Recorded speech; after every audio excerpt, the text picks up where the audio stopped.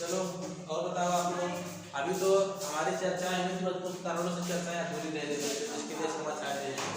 हमने शुरुआत में बताया हम लोग को तैयारी क्या करना है, क्या तैयारी नहीं करना है, क्या पढ़ना है, कैसे नहीं पढ़ना है। जिंदगी में लाइफ में संघर्ष करोगे तभी आगे बढ़ोगे, और बिना संघर्ष को आगे नहीं बढ़ पाता। मैंने पहले वीडियो बताया था आप लोगों को कि गंगा नदी कहाँ से निकलती है बेटा, तो बहुत लोग जानते हैं। सर क्वेश्चन बताया था उत्तर प्रदेश में गंगा नदी प्रवेश कहाँ से करती है, तो उत्तर प्रदेश प्रवेश करती है कहाँ से, बिजनौर जिला प्रवेश करती है क्या, गंगा नदी। अगर गंगा नदी जब पूछेंगे प्रवेश करने का स्थान कहाँ से होता है, तो आप लोग हमेशा बोलोगे सर हमको पढ़ाए तो गौमुख नामक स्थान निकलते। गौमुख कहाँ पे बेटा, उत्तराखंड में। उत्तराखंड में गंगोत्री ग्लेशियर नाम इसको जाना जाता है। तो हमेशा याद रखना गौमुख नामक स्थान से निकलती है उत्तराखंड से। और यह मैदानी क्षेत्र में बैठे हुए, मैदानी क्षेत्र हमारा कहाँ पे होगा, मैदानी क्षेत्र में बात करेंगे बेटा तो मैदानी क्षेत्र हमारा हो जाएगा आपका नैनीताल। वहां से बहते हुए प्रवेश करती है यूपी में। यूपी में गंगा नदी, जैसे हमारे यहाँ कानपुर हो गया, यहाँ गंगा नदी पाया जाता है। अपने यहाँ और इलाहाबाद गंगा नदी, यहाँ गंगा नदी पाया जाता है। कन्नौज में पाया जाता है, बिहार में छपरा में पाया जाता है, भागलपुर में पाया जाता है। जैसे स्थल हो गए। अच्छा मैंने आप लोगों को बताया था बेटा कि उत्तर प्रदेश में राजकीय भाषाएं कितनी है, आपको बताया 2 भाषाएं हैं। नंबर 1 कौन सी है, नंबर 1 भाषा हमारी हिंदी है, और नंबर 2 क्या है बच्चा, उर्दू है। उर्दू की स्थापना हमारी हुई थी 1989 में। ठीक, ये सब हमारा सिंपल हो गया। अच्छा चलो एक बात तुम लोग बताओ यार, जिंदगी में संघर्ष करना तो बहुत अच्छी बात है, लेकिन संघर्ष कैसे किया जाए और किस मुद्दे पे किया जाए और कैसे किया जाए। क्योंकि संघर्ष की नगरी अगर आप लोग बात करें तो इलाहाबाद कहते हैं। इलाहाबाद का नाम क्या हो गया इस समय, प्रयागराज। इलाहाबाद का नाम क्या हो गया, प्रयागराज वर्तमान में। ठीक है, क्योंकि अगर संघर्ष की नगरी की बात करेंगे बच्चा तो संघर्ष नगरी इलाहाबाद नगरी कहलाती है। और उस वहीं पे संघर्ष मैंने किया, हम लोग पढ़ाई की है। क्योंकि गरीबों का शहर इलाहाबाद है, गरीब बच्चे पढ़ लिख लेते हैं। इतने कम बजट में 3000 रुपये 4000 रुपये मंथली में पढ़ाई करना बहुत बड़ी बात है, जो इलाहाबाद लड़के लड़कियाँ करते हैं, जो गरीब मिडिल क्लास के होते हैं। क्योंकि उनके पास इतना पैसा नहीं होता दिल्ली या अदर राज्य में जाकर पढ़ाई कर सके। तो इसीलिए बेटा संघर्ष बहुत जरूरी है। और मैंने आप लोगों को बताया था तैयारी क्या करना है, क्या तैयारी नहीं करना है। कोई यूपीएससी यूपीपीसीएल तैयारी करता है, एसडीएम बनना है, जैसे डिप्टी कलेक्टर बनना हो, जो भी बनना हो तो तैयारी इसको कर रहा है। कोई आरओ करता है समीक्षा गए, तो संघर्ष तो करना पड़ेगा और तैयारी करनी पड़ेगी। हमारे यहाँ दिक्कत ये हो गई बेटा कि आजकल जैसे पिताजी किसी पढ़े लिखे नहीं होते, अगर बेटा को तैयारी करना है यूपीएससी का, अगर वो आईएएस करना करे तो उसको दिल्ली जाना पड़ेगा। मान लो कोई ऐसे लड़का लड़की बोला कि मुझे पीसीएस बनना है या मुझे समीक्षा अधिकारी बनना है। क्योंकि लाइफ में बेटा कभी मोड़ होता है, जुनून होता है, जुनून को कभी मत खत्म होने दो। देखो मेरा संघर्ष है, मैं पढ़ाई कर रहा हूँ, मेरी तैयारी चल रही और मैं आप लोगों को पढ़ाने भी आता हूँ, लाइव क्लास भी लेता हूँ, आप लोगों को पढ़ाता हूँ। बस एक संघर्ष जिनका हम चाहते हैं जो बच्चे के पास बचत नहीं, कुछ नहीं कर पा रहे, ऑनलाइन से पढ़ने थोड़ा बहुत जान जाए, क्या तैयारी करना है इसके बारे में आप लोग चर्चा मैंने पहले कर दिया था।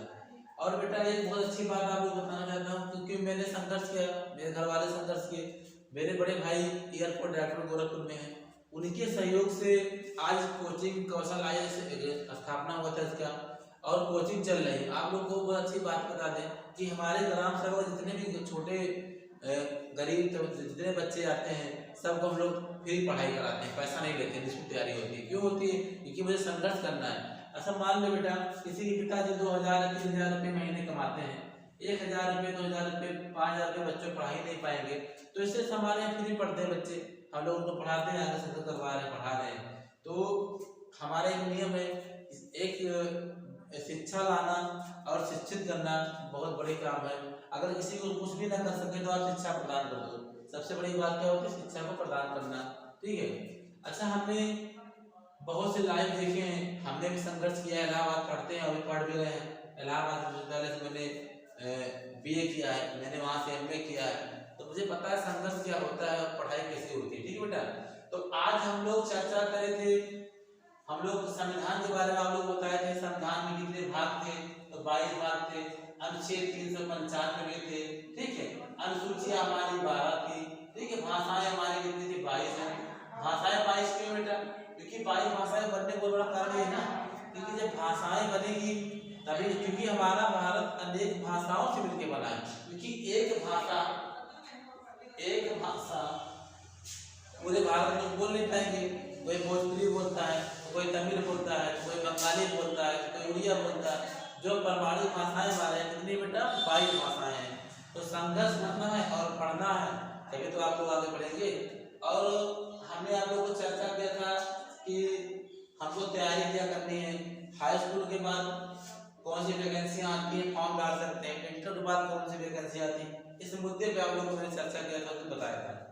चलो, एक बहुत ही क्या नाम उस दलों में गुरु सब लोग हैं, गुरु का आदर करना चाहिए। हमारे परम पूजनीय गुरु जी थे, वो इसके साथ ही हमारे संघर्ष के साथी और हमारे गुरु जी थे इलाहाबाद विश्वविद्यालय में, वो प्रोफेसर भी थे। और एक पारा अकेडमी कोचिंग थी जहाँ से हमारा शुरुआत हुई लाइफ में पढ़ने की। पारा अकेडमी गरीबों कोचिंग थी और उसके संस्थापक सतीश भैया थे। और इसके साथ हमारे जो साइंस के मसीहा थे इलाहाबाद में, उनको बादशाह बोलते थे। हम लोग मैथ पढ़ते थे, मैथ के बादशाह बोलते थे गणेश सिंह को। तो वो लोग गरीब बच्चों को समझते थे, किसी के अच्छे 5 फीस नहीं होते थे, मैं बोलता सर गरीब बच्चे कर दीजिए, तो उतना फीस कम हो जाती थी। तो वही आप लोग पढ़िए। और जितने भी हमारे लोकल फैजाबाद जिले को चेहरा हमारा पढ़ता है ग्राम सभा, जो भी बच्चे गरीब हैं, नहीं पढ़ पा रहे हैं, उनके माँ बाप पैसा नहीं दे पा रहे हैं, तो उन बच्चों को पढ़ाने की जिम्मेदारी मेरी है, मैं पढ़ाता भी हूँ। और सबसे अच्छी बात आप लोगों को बता दूँ बेटा कि जितने भी फॉर्म निकलते हैं सबको फॉर्म में फ्री भराता अपने तरफ से। और एक बहुत बड़ी बात आपको बता दें, क्योंकि हमारे यहाँ बच्चे इंटर क्लास के हैं, हाई स्कूल के हैं, कंपटीशन तैयारी करने वाले हैं, जो हमारे यहाँ गरीब बच्चे हैं, अगर कोई बच्चा हो जिसका बर्थडे पार्टी होता है, केक नहीं आ पाता, सबको लेकर केक अपने तरफ से देना शुरू किया, अपने तरफ पार्टी बर्थडे को केक कटाता, उससे उसके चेहरे मुस्कान पड़ती है। क्योंकि जिंदगी संघर्ष है बेटा, जब संघर्ष करोगे तभी आप लोग आगे बढ़ोगे। और लाइफ में बिना संघर्ष कुछ भी पॉसिबल नहीं है, पढ़ना पड़ेगा तभी आगे बढ़ना पड़ेगा।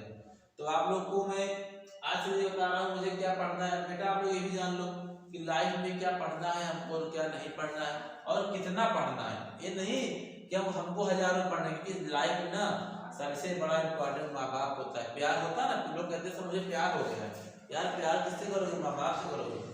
तुम्हारा प्यार समझने वाला माँ बाप है। हर जगह दवा मिलेगी पैसे देकर, लेकिन माँ बाप की प्यार की दवा निःशुल्क मिलती है बिना पैसे के।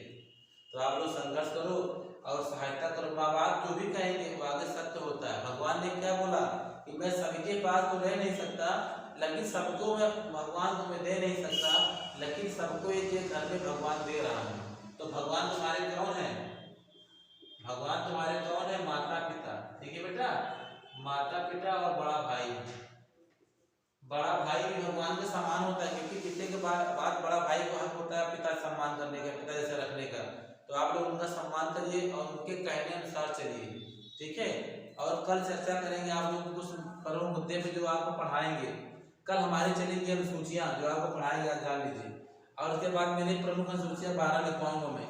एक प्रथम में शपथ भी क्या है, दल बदल क्या था, भाषाएं क्या है, ठीक है, नगर पालिका क्या है, नगर पंचायत क्या है, सब मैं आपको कल पढ़ाऊंगा। और आज संघर्ष के जीवन की शुरुआत हुई है और आप लोग संघर्ष करोगे, मुझे यकीन है, और आप लोग अच्छे पढ़ोगे। ठीक है, धन्यवाद।